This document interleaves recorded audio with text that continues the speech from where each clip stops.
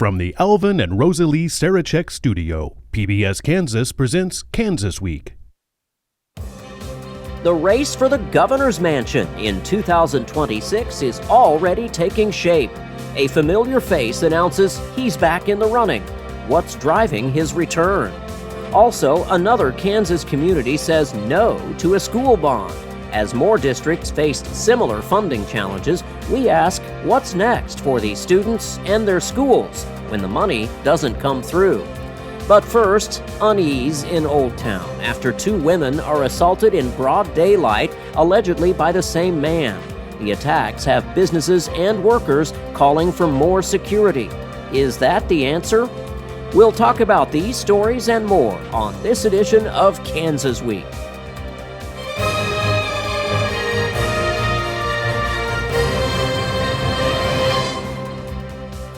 Hello and welcome to Kansas Week. I'm Jared Cerullo.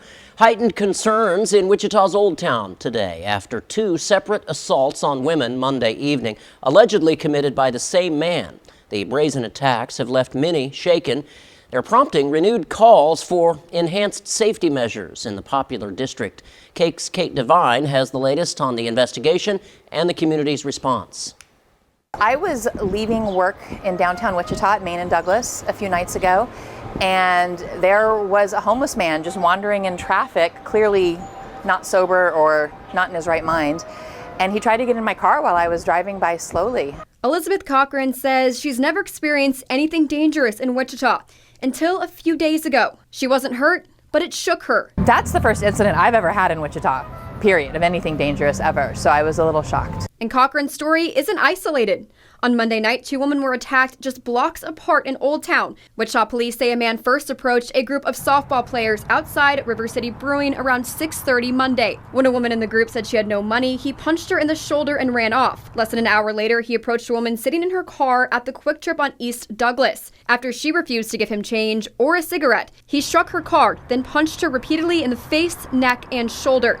Bystanders held him until police arrived. Officers took him to jail, but his name hasn't been released. It makes me a little nervous for my staff, not necessarily for me, but I have a lot of young ladies that work here, so I always want to make sure they have somebody walking out with them, especially at night around here. James Chesick is the general manager of Larkspur, just a few blocks from where the attacks happened.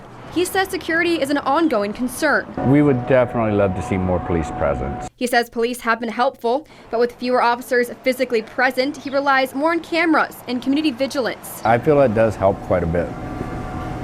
And that may be part of why we don't see as much police presence, because they have those cameras now and they can be watching from elsewhere. Business owners in Old Town are hoping these incidents don't become a trend.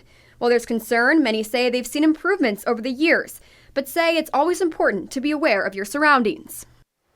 And here to discuss this and some of the week's other big stories is Democrat State Senator Oletha Faust-Goudeau, Sedgwick County Republican Party Chairman John Whitmer, and Emporia State University political science professor Michael Smith. Welcome to all of you. Senator Faust-Goudeau, I'll start with you. Wichita is the biggest city in the state. We like to think of ourselves as a small town, but we're a decent-sized city, and with that, unfortunately, comes crime. How do we tackle this problem? Well, I really believe that we need to have the presence of police more. We need to implement and really play out community policing. I think just the presence of, I know I go to some restaurants and other businesses in Topeka, and they will have a police car just parked in front of their business, and it gives the effect that police are there. I think we really need to do that, and especially we've got to do something about the homeless issue. That's one of our major problems in our little big city. And John Whitmer, the Old Town District does have a police substation there, so it's not like police aren't close. No, and I was pleased to see, I saw a press conference held by WPD, and I know that the chief, we're fortunate we've got an excellent chief, and we've got a very vigilant sheriff, and they're both focused on it. I know the WPD is increasing patrols in the area. They'll have an increased police presence in the area. Hopefully that'll help. And obviously the city of Wichita has also increased funding for officers, which is important. That's a core function. They're increasing funding where they need to. Law enforcement's obviously one of the areas they need to. Core function of government. And as it usually goes, though, if you call for more police officers to be in one area, Professor, you're pulling officers away from somewhere that aren't going to have coverage. It seems like, Probably all seen those movies where a fake distraction is created to pull the emergency responders away so the big heist can be pulled off.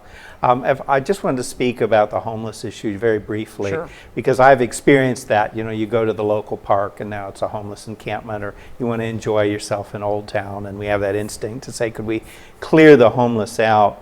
And I felt that too.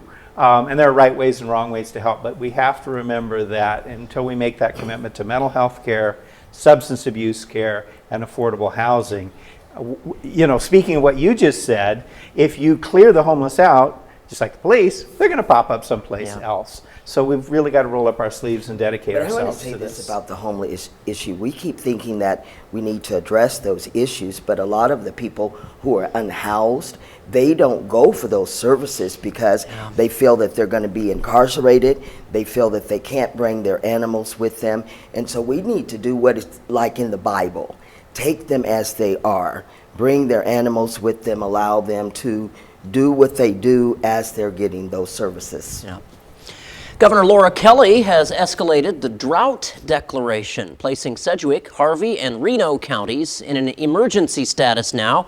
The Kansas Water Office says this allows the area to potentially draw emergency water from 6 nearby state fishing lakes and several federal reservoirs. Wichita city officials call this a serious situation, urging everyone to do their part. Governor Kelly echoes that, warning all Kansans to conserve water and guard against wildfires as we head into the summer. Wichita remains under Stage 2 drought restrictions as recent rains did little to ease the parched conditions at Cheney Lake. John Whitmer, this is a tough call. We've been dealing with this for years, it seems like, and Cheney Lake is at its lowest point ever. Is the city, is the state doing enough to solve this problem or deal with what's coming? That's a good question. I just saw this week the city of Wichita announced that they were going to do a study, spend another $1 million on a wastewater study. Maybe that's the solution. Of course, the fiscal conservative in me is wondering, when you're facing a multi-million-dollar budget shortfall, why you're spending $1 million on a study that I guarantee you some other cities have done. And it's not necessarily a wastewater study, but a study to determine if wastewater can be recycled to drink, to use. But it doesn't change the fact, I guarantee you, that study's been done elsewhere. Yes, other cities do this. And why do we need to spend $1 million of limited resources? That being said, this is a crisis. It's a bad situation, and I think we just have to be diligent, and we'll wait it out. I mean, it will rain. The water will come. We just have to be diligent and do our part. That's the part. Regardless of whatever the city, the Sedgwick County, or the state does, if it doesn't rain, it doesn't rain. Yeah, so, not much we can do. Yeah. Exactly. Professor, is this drought issue being politicized in any way, do you see? Not in a partisan way. It is political. Any public policy is political. I mean, come on. But remember that the big user of water in the state of Kansas is agriculture. Now, we folks in the city, we need our water too. Yep. But agriculture is the big dog, the aquifer, and various kind of reserves and lakes and so on and so forth. If Western Kansas doesn't have water, Western Kansas can't grow food. And so, yes, it's political in the sense that Governor Kelly has announced it as a priority. There are policy changes afoot. Governor Brownback did too several years ago. It's bipartisan, but the question is, are we doing enough, and are we doing it quickly enough? Yeah, right. On to politics now. Former Kansas Governor Jeff Collier is trying for a comeback. He previously served as lieutenant governor and then finished Governor Sam Brownback's second term. Collier announced his candidacy for the 2026 gubernatorial race. This comes after 2 previous primary defeats and a significant health battle. Collier, who also chaired President Donald Trump's 2024 Kansas campaign, says Trump's political comeback inspired this new bid. He joins a growing Republican field, including current Secretary of State Scott Schwab and lesser-known candidates Stacey Rogers and Doug Billings. As of now, though, no Democrats have officially entered the race for Kansas governor. John Whitmer, it's going to be a crowded field. You know, Ty Masterson has also been talking about getting into this race. Joy Eakins. Yeah, there's many other candidates who are talking about this. I think we'll see 8 to maybe 10 or as many as 12 on the Democrat side. I hear Aletha's thinking about it. Look, I'm glad to see Governor Collier. I think he'll be a very formidable candidate. Scotty Schwab, I served with Scott, so he's a buddy of mine. He's in the race, and I think we'll see some more. We like that. As Republicans, we like to see, we're a big tent. We like to see a good, let's go, let's fight it out, and may the best man or woman win, and we'll see where we end up. It's a long time from now, and we'll see what the filing shows. If they don't have a couple $1 million by this time next year, forget it, you're out of the race. Yeah.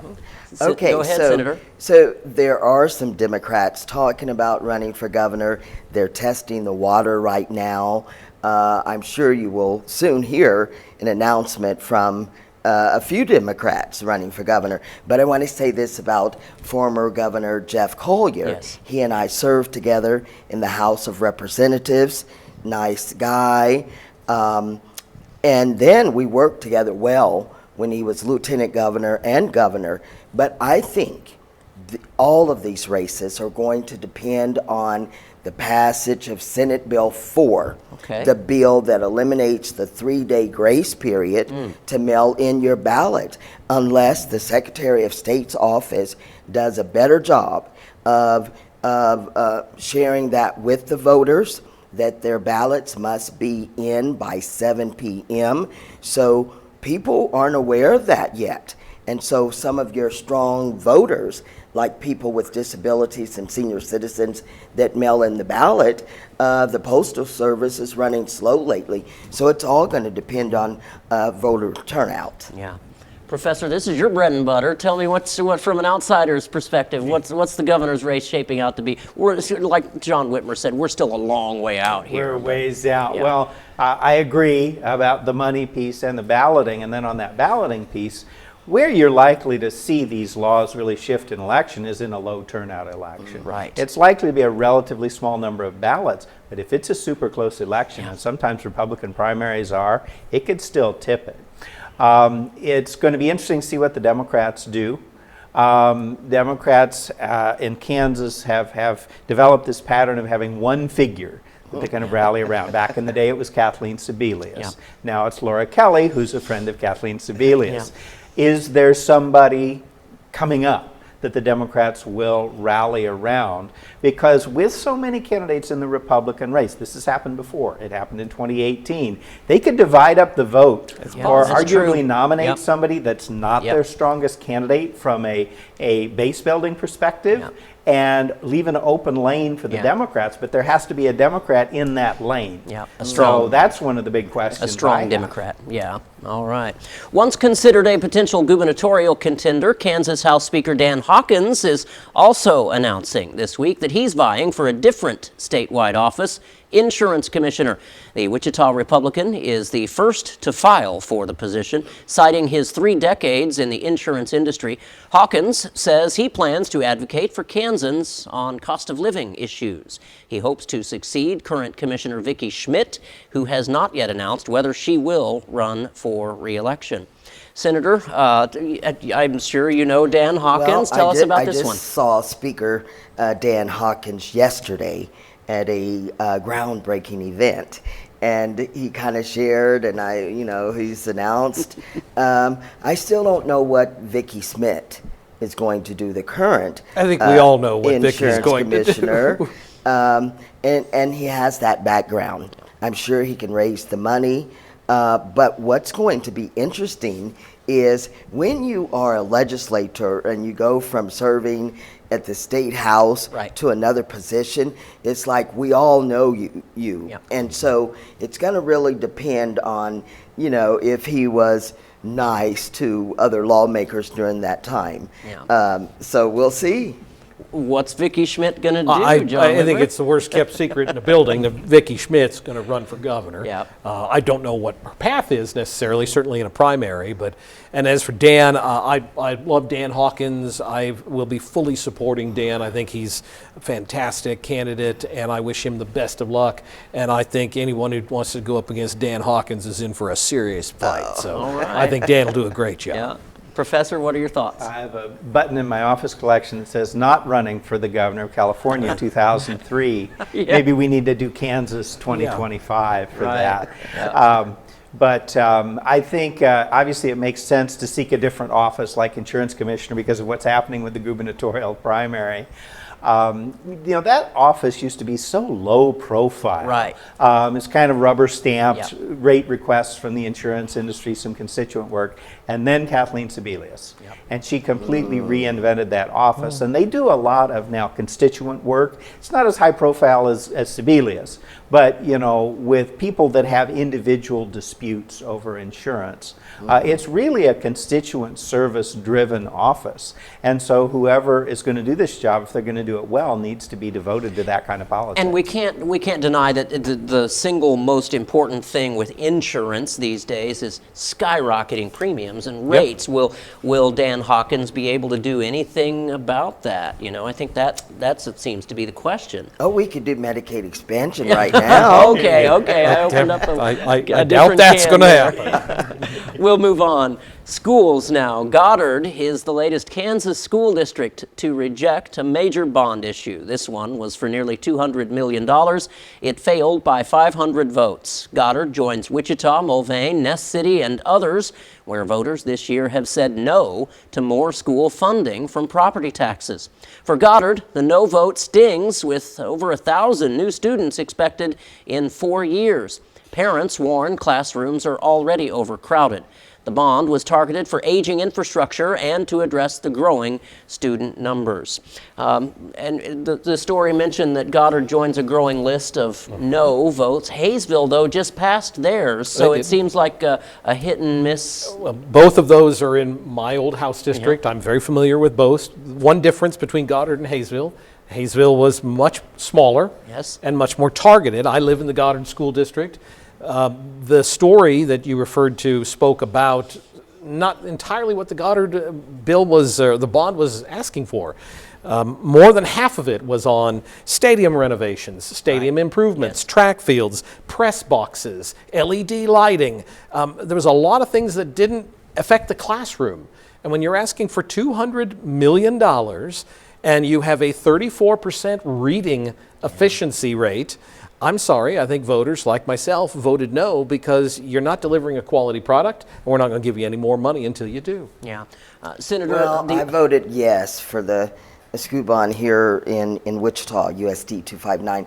I'm disappointed that we don't want to spend the money on our children and their future. And they like sports. You can't be all work and no play. We have to give them better environments and opportunities if we want them to compete on the global level. I think it would also help stop some of the crime when kids are invested and when we invest in them. I've been in some of these schools lately and they are deteriorating and they do need some upgrades and we need a new football stadium somewhere. We can't get the Chiefs to come. Let's focus on reading, math, and science. Yeah. Professor, the argument is from the people who wanted the bond to pass, it seemed, that without passing the bond issue, we're leaving money on the table from the state's match. Is that Is that the case, or? I believe it is, unless the state decides to rewrite it. But Right. yes, of course, it is the case that bonds pay for infrastructure. You're not paying your teachers' salaries with bonds. Right. You're not paying the football coach. You're paying for your buildings. You're often, paying Construction, for maintenance, yeah. renovation, so forth. In a newer school district like Goddard, you've got that growth. The facilities, are they big enough? Do they have room for more students? In an older school district, Kansas City, Missouri recently passed the first school bond issue since 1967. Oh, goodness. And that, they explicitly incorporated plans to close schools and get rid of the buildings. Because do you want that money spent on a half-empty building, or do you want it on more modern facilities? And then, to make it more complicated, voters are pushing back on property taxes. Right. And a lot of that is actually not a tax levy issue, it's an assessment issue. But these property taxes are hard on people, and the state legislature didn't act like they said they were going to in No, this term. that's not entirely true. I mean, to give you credit, the state no longer collects property taxes. And in Goddard, for example, that would have been an average of the average home value in Goddard is $300,000. There would have been a $353 a year tax increase on people who have been taxed enough already. My home went up by 18% last year, and all I've done is mow the lawn. I'm sorry, I think voters out there clearly said we don't want to pay any more taxes. But they didn't do anything on assessments. But that's a state issue. Our next story, an uncertain future tonight for a key program in Wichita's public schools. The Title VI Native American Education Program has been praised for teaching culture and boosting graduation rates, but now its future hangs in the balance. The program's 2 staffers have been laid off this past week amid ongoing budget issues. District CFO Addie Lowell says a restructure is planned, aiming to hire back 1 specialist and focused federal funds on, quote, critical services. But students and parents are demanding answers. They're questioning the need for this shakeup. The district maintains it's committed to the program and is seeking community input on how to move forward. The laid-off staffers were given options to apply for other district positions. It seems to me, Senator, that I don't think we can deny that this is part of the federal attack on DEI issues. Do you see it that way? Well, I don't want to get totally in that area because I don't know the intent in people's minds of what they're doing. I do know that my daughter graduated from the IB program, the International Baccalaureate program at Wichita East High School. And I do know that, again, how are we going to grow our economy? Those children are our future, and we can invest now or later. Yeah. John Whitmer, are we removing cultural items from the school district unnecessarily here? I think the school, you'd have to really ask a board member. I think what they're faced with is they too had a bond initiative. I think they went for too much. They didn't need $400 and something million. And I think right now they're faced with a budget shortfall and they're having to prioritize. And that's, unfortunately they're looking at it, and maybe this is an area where they had to prioritize. Yeah. But I will say this, when I saw your article, and it said Native American, we are picking and choosing, and those words, it did kind of sting a little bit. Native Americans, African Americans, Hispanics. I mean, come on. Yeah. Well, Maybe it should be colorblind and it should just be based on merit. Yeah. Well. Professor, any thoughts here?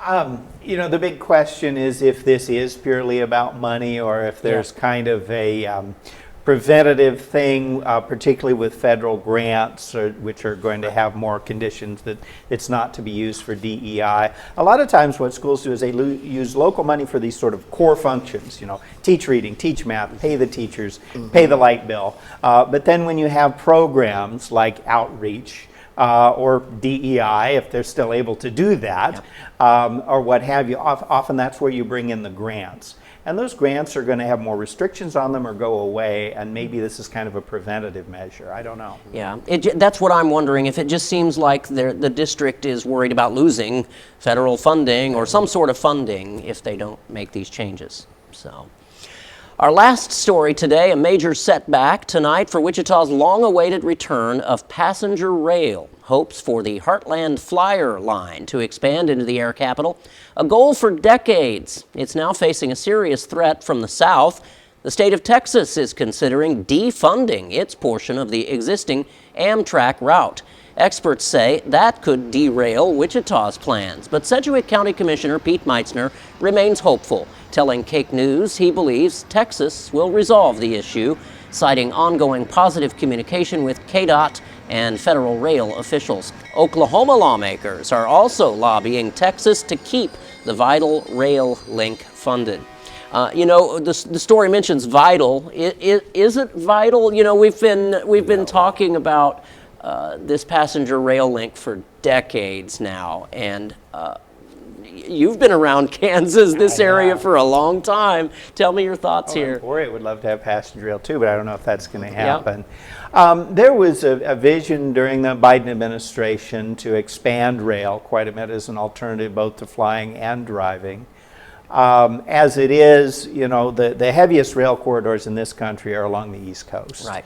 If you want to have rail service in Wichita, Kansas, it has to be subsidized. It's not going to pay for itself. And so it's an amenity. Some people prefer not to fly, some prefer not to drive. I've taken Amtrak. I like the observation car. Yeah. But it really is a question of how important this amenity is.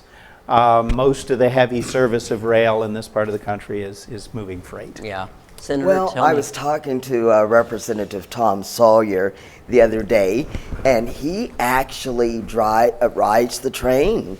He drives, gets up early, drives to Newton, and then takes the train to Topeka, and he walks everywhere he goes in Topeka during session. I am with County Commissioner Pete Meitzner. I am hopeful. Some of the individuals from Texas came down and talked. For years in the state capitol, there's a lady named Deborah. She has come up and advocated for it as well. I think a lot of people would go that route. With the air industry the way that it is, I think it would boost our economy.